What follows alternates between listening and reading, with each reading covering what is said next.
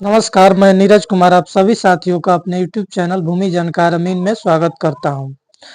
हम पहले आप सभी को बता चुके हैं कि हम लोग दाखिल खारिज एक्ट पे अभी वीडियो बना रहे हैं और दाखिल खारिज संबंधित जितने भी सवाल हैं आप सभी मेरे व्हाट्सएप पे भेज सकते हैं जो 88 73 46 14 36 है।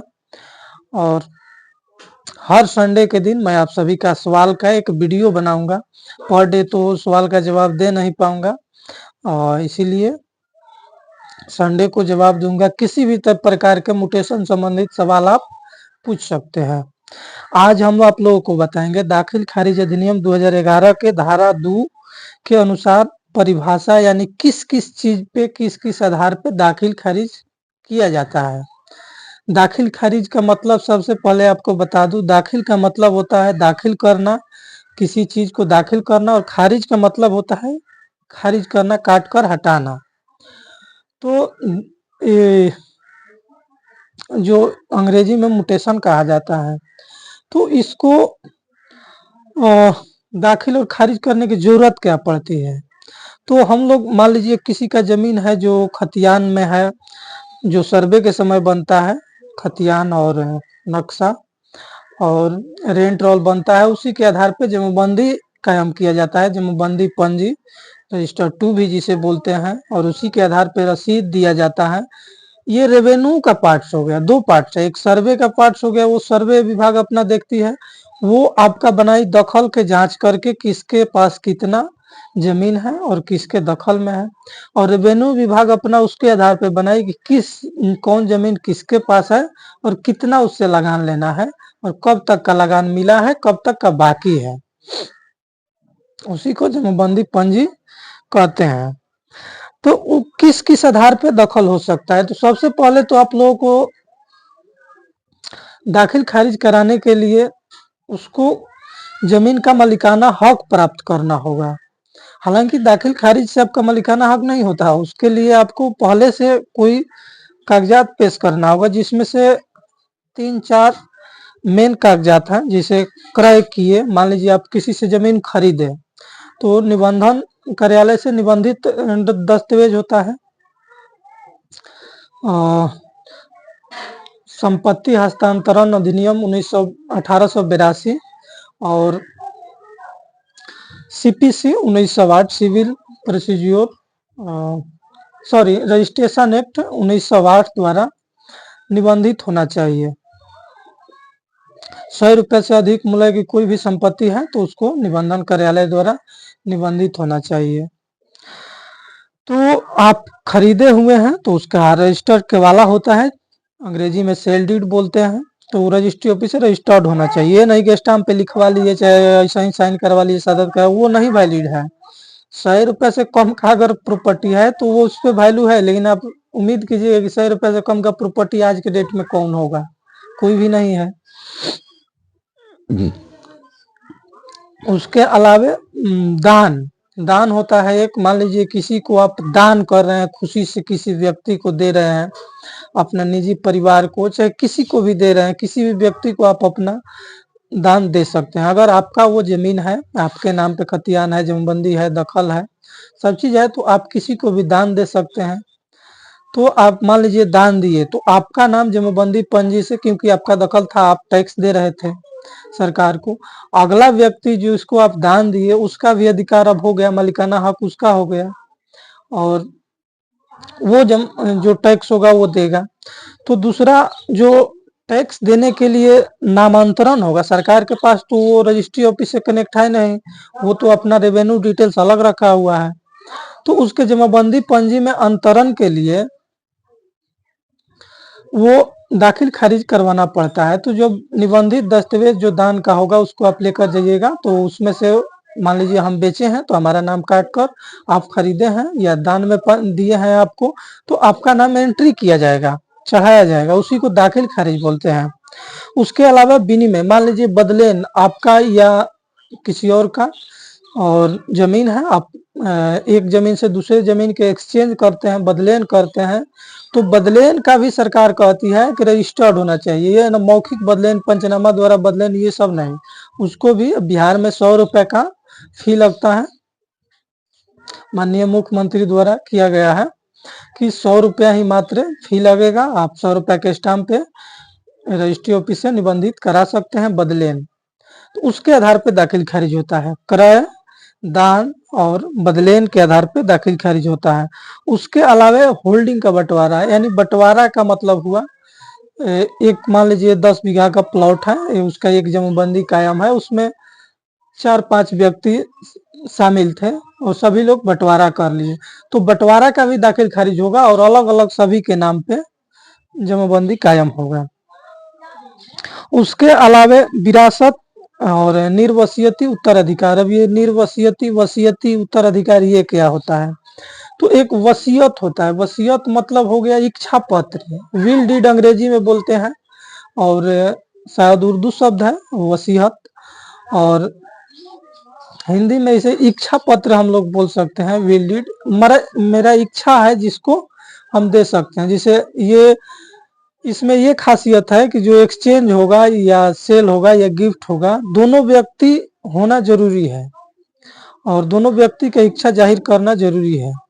लेकिन ये जो विल डीड है वो भविष्य में भी किसी को, मान लीजिए कि किसी का लड़का होने वाला है, तो हम ये भी लिख सकते हैं कि फलना का लड़का होगा, उसके लिए हम वसीयत, हमारा इच्छा है कि अब उसका लड़का होगा उसी को हम दे दें। लेकिन ये जो गिफ्ट डीड या दान पत्र होता है या बदलेन होता है या बिक्री होता है, उसमें दोनों व्यक्ति को होना जरूरी है। लेकिन विल इच्छा पत्र हो गया, तो इच्छा पत्र के आप दे दिए, मान लीजिए वसीयत कर दिए, तो आपके मरने के बाद ही वो लागू होता है। जब तक जीवित है विल या वसीयत लागू नहीं होता है। उसके बाद उसको न्यायालय द्वारा प्रोवेट कराया जाता है, उसके बाद उसके आधार पे दाखिल खारिज होता है। अब निर्वसियती, निर्वसियत का मतलब कोई वसीयत ना किया हो, बिना वसीयत के भी मान लीजिए उत्तराधिकार द्वारा भी प्राप्त होता है। अब ये उत्तराधिकार क्या, मान लीजिए आपके दादाजी के या परदादा के या पिताजी के नाम पे जमबंदी कायम है, आपके दादाजी के नाम पे खतियान है, दखल है, वो एक्सपायर कर गए, तो एक्सपायर करने के बाद आपका स्वामित्व होगा, आपके दखल में होगा, उसी को उत्तराधिकार बोलते हैं। तो अलग अलग धर्मों में अलग अलग लॉ है। हिंदू धर्म के लिए, बौद्ध और सिख, जैन, 3 धर्मों के लिए हिंदू उत्तराधिकार है और इस्लाम के लिए उनका अलग कानून होता है। पारसी, क्रिश्चियन के लिए उन लोगों का अलग लॉ है।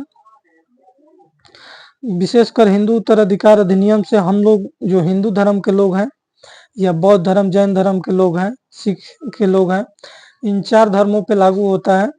तो उसके अनुसार अगर कोई व्यक्ति मर गया तो उसके बच्चों का उत्तराधिकार प्राप्त होता है। हालांकि मौरूसी संपत्ति में जीवित व्यक्ति का भी बराबर का अधिकार होता है, वो आगे टॉपिक पे हम समझाएंगे आप लोगों को एक अलग वीडियो में। तो उत्तराधिकार के आधार पे दाखिल खारिज आप करा सकते हैं कि हम उनके वंशज हैं। उसमें कई सारे प्रोसेस है। उसके लिए मुखिया या सरपंच आपके वंशावली को सेटिस्फाइड करेंगे कि उनके वंशज हैं, वो एक्सपायर कर गए, और उत्तराधिकार के आधार पे इन लोगों का दाखिल खारिज किया जाए और अंचल अधिकारी को आप आवेदन दीजिएगा, उसके आधार पे दाखिल खारिज करेंगे। दाखिल खारिज का जो भी प्रोसेस है उस पर आगे मैं बताऊंगा। आज मैं सिर्फ यही बता रहा हूँ कि किस किस आधार पे किया जा सकता है। अगला जो हम लोगों का विल के बारे में तो बता ही दिए हैं। सिविल प्रक्रिया संहिता 1908 के अधीन न्यायालय के आदेश या डिग्री, 1908 के जो सीपीसी है, जिसे सिविल प्रोसीजर कोड कहते हैं, हिंदी में सिविल प्रक्रिया संहिता कहते हैं, तो उसके आधार पे मान लीजिए किसी न्यायालय द्वारा आपके पक्ष में डिग्री पारित किया गया। बहुत सारे रीजन हो सकते हैं आपका, मान लीजिए कि एडवर्स पोजीशन भी एक होता है, उसके बारे में भी बनाऊंगा वीडियो, लंबा टॉपिक है, उस पर एक वर्ड में कह देना उचित नहीं होगा। तो किसी भी तरीके से आप मुकदमा लड़ रहे हैं, टाइटल लड़ रहे हैं, वहां पे आपका मलिकाना हक मिल गया केस द्वारा, सीपीसी के किसी भी धारा के केस द्वारा, तो आप उसके आधार पर दाखिल खारिज करा के अपना नाम जमाबंदी में कायम करा सकते हैं, आप दखल ले सकते हैं, टैक्स सरकार को दे सकते हैं। अन्य 2009 में एक एक्ट बना था, क्योंकि सिविल न्यायालय पर बहुत ज्यादा भीड़ होने के कारण एक रेवेन्यू न्यायालय में भी बना दिया गया था कि हल्का फुल्का जो मामला होगा, वो जिसको बोलते हैं बिहार भूमि विवाद निराकरण अधिनियम 2009 के रेवेन्यू के भी कुछ पावर दे दिए गए थे कि छोटा-मोटा मामला जैसे वाद-विवाद हो गया तो उसको सॉल्व कर सके। और उनका भी किसी प्रकार का कोई आदेश होगा, जैसे इसमें अंचल अधिकारी होते हैं और डीसीएलआर होते हैं, एलआरडीसी भी जिसको बोलते हैं लैंड रिफॉर्म भूमि सुधार उप समाहर्ता, अपर समाहर्ता का आदेश हो गया, एडीएम बोलते हैं एडिशनल डिस्ट्रिक्ट कलेक्टर या डीएम हो गए। इसके बाद कमिश्नर होते हैं, बीएलटी में होता है। इसका उचला जो स्तर है बीएलटी है, बिहार लैंड ट्रिब्यूनल। तो ये सब चीजों में मान लीजिए किसी प्रकार का आपके पक्ष में डिग्री है तो उसके आधार पे आप दाखिल खारिज भी करवा सकते हैं। और अगला जो हम लोगों का तरीका है, सक्षम प्राधिकार द्वारा लोक भूमि की बंदोबस्ती अंतरण या समुदेशन। अब सक्षम प्राधिकार, मान लीजिए कोई सरकारी जमीन है, सरकारी जमीन गर्मजरुआ आम, गर्मजरुआ खास, भूदान में जो मिला था वो, उस सब का एक एक एक्ट है। उस सब चीज आपको डिफिकल्टी में अलग अलग वीडियो में समझाऊंगा। भले इतना जान लीजिए कि सरकार द्वारा जो जमीन सरकार के पास है, सरकार का जिस भूमि पे हक है, उसको जो पिछड़ा दलित व्यक्ति हैं या भूमिहीन व्यक्ति हैं उनको बंदोबस्त किया जाता है। तो पर्चा जारी होता है और 2 कट्ठा 3 कट्ठा ऐसे करके, या स्वतंत्र सेनानियों को भी कुछ जो थे उनको भी दिया गया है। तो सरकार द्वारा बंदोबस्त किया जाता है। अगर सरकार उसके दी, उसके आधार पे दाखिल खारिज होगा। पर्चा दिखाइएगा आप और अंचल अधिकारी से दाखिल खारिज करवा लीजिएगा।